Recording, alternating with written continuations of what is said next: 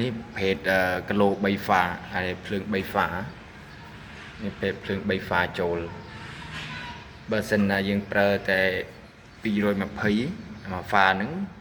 យើងយកចេញទៅពី discounter នេះមកចូលនេះរត់បញ្ចូលនេះ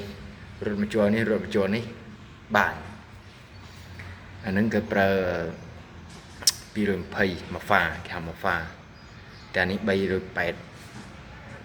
ហៅ380 3ហ្វាយើងត្រូវទៅទាញពាន់នេះជាន់នេះទាញពាន់នេះមួយជាន់នេះទាញពាន់នេះជាន់នេះទាញពាន់នេះជាន់នេះrồi cáiដាក់ discounter អញ្ចឹងយើងត្រូវទៅទាញឆ្លាស់គ្នាអញ្ចឹងអានេះប្រភេទភ្លើង3ហ្វាបើខាងណាមិនគាត់ថាមិនចូល discounter នេះជាន់នេះទៅហើយជាន់នេះមកជាន់នេះហើយចាំយើងចេញទៅតាមបន្ទប់ធ្វើអញ្ចឹងក៏បានក៏ប៉ុន្តែវាអត់ស្អាតវាអត់សមត្ថភាពព្រោះភ្លើងវាសល់ភ្លើងព្រោះផ្ទះនេះប្រើភ្លើង3ហ្វាបើយើងភ្លើងយកតែនេះតែមួយទៅចូលវាសល់ភ្លើងវាធ្វើខ្វះភ្លើងពាក់កណ្ដាលសល់ពាក់កណ្ដាលសល់ជាងពាក់កណ្ដាលសល់2ហ្វាអញ្ចឹងយើងឆ្លាស់គ្នាយកអញ្ចឹងទៅមួយហ្វាអានេះមួយហ្វានេះគឺមកប្រកបគ្នា2ហ្វាពី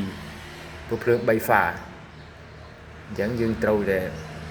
ធ្វើតាមនឹងវិញទៅយើងយកដាក់នេះមួយហ្វាចែកទៅមកបន្ទប់ទៅមកបន្ទប់ទៀតព្រោះវាមាន4បន្ទប់អញ្ចឹងវាថ្លឹង2ហ្វាវាស៊ីធំជាងគេហ្វាអញ្ចឹងវាអស់រួចបើយើងយកតែមួយហ្វាទៅចូលអញ្ចេះចូលគ្នាហើយបានចេញតាមគីឡូទៅតាមបន្ទប់វាអត់រួចស៊ីរួចនេះប្រភេទភ្លើង3ហ្វា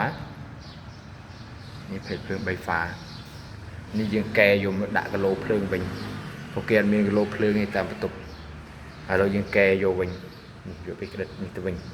ចូលគីឡូវិញវាឲ្យបានចេញមកវិញ2ត្រឡប់ជាមួយនឹងធ្វើរួចសិនចាំថតឲ្យមើលម្សាទៀត